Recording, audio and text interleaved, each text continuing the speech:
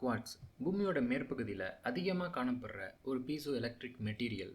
இதுக்கிட்ட ஒரு ஸ்பெஷாலிட்டிஸ் இருக்குது. உங்களுக்கு தெரிஞ்சிருக்கும், இந்த குவார்ட்ஸ் மேலே நீங்கள் ஒரு அழுத்தம் கொடுக்கும்போது அது எலக்ட்ரிசிட்டியை உருவாக்கும். இது எப்படி ஆக்சுவலாக உருவாக்குது அப்படின்னா, இந்த குவார்ட்ஸோட அட்டாமிக் கிறிஸ்டலின் ஸ்ட்ரக்சரை நீங்கள் பார்த்தீங்கன்னா அது ஒரு பிரமிட் ஷேப்பில் இருக்கும். அதுக்கு பேர் டெட்ராஹெட்ரல். இதில் சிலிக்கன் தன்னுடைய 4 எலக்ட்ரான்ஸை பக்கத்தில் இருக்கக்கூடிய 4 ஆக்சிஜன் கூட ஷேர் பண்ணும். ஆக்சிஜன் ஆட்டம் ஒரு எலக்ட்ரானை சிலிக்கன் கூட ஷேர் பண்ணும். இந்த முறையில் ஒரு சங்கிலி தொடரை உருவாக்கி இந்த குவார்ட்ஸோட கிறிஸ்டலின் ஸ்ட்ரக்சர் அப்படிங்கிறது ஃபார்ம் ஆகுது.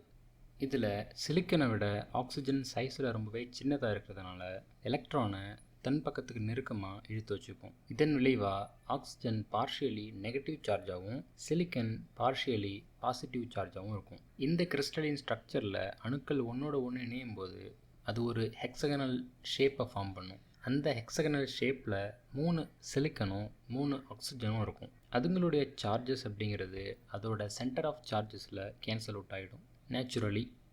நீங்கள் அதுக்கு ஒரு அழுத்தம் கொடுக்கும்போது அந்த சார்ஜஸ் கேன்சல் அவுட் ஆகாமல் அது ஒரு எலக்ட்ரிக் ஃபீல்டை உருவாக்கும். அந்த எலக்ட்ரிக் ஃபீல்டு எலக்ட்ரான்ஸை மூவ் பண்ண வச்சு அந்த குவார்ட்ஸோட சர்ஃபேஸில் எலக்ட்ரிக்கல் எனர்ஜியாக அக்குமுலேட் ஆகி ஸ்பார்க்கை உருவாக்கி எலக்ட்ரிசிட்டியை டிஸ்சார்ஜ் பண்ணுது.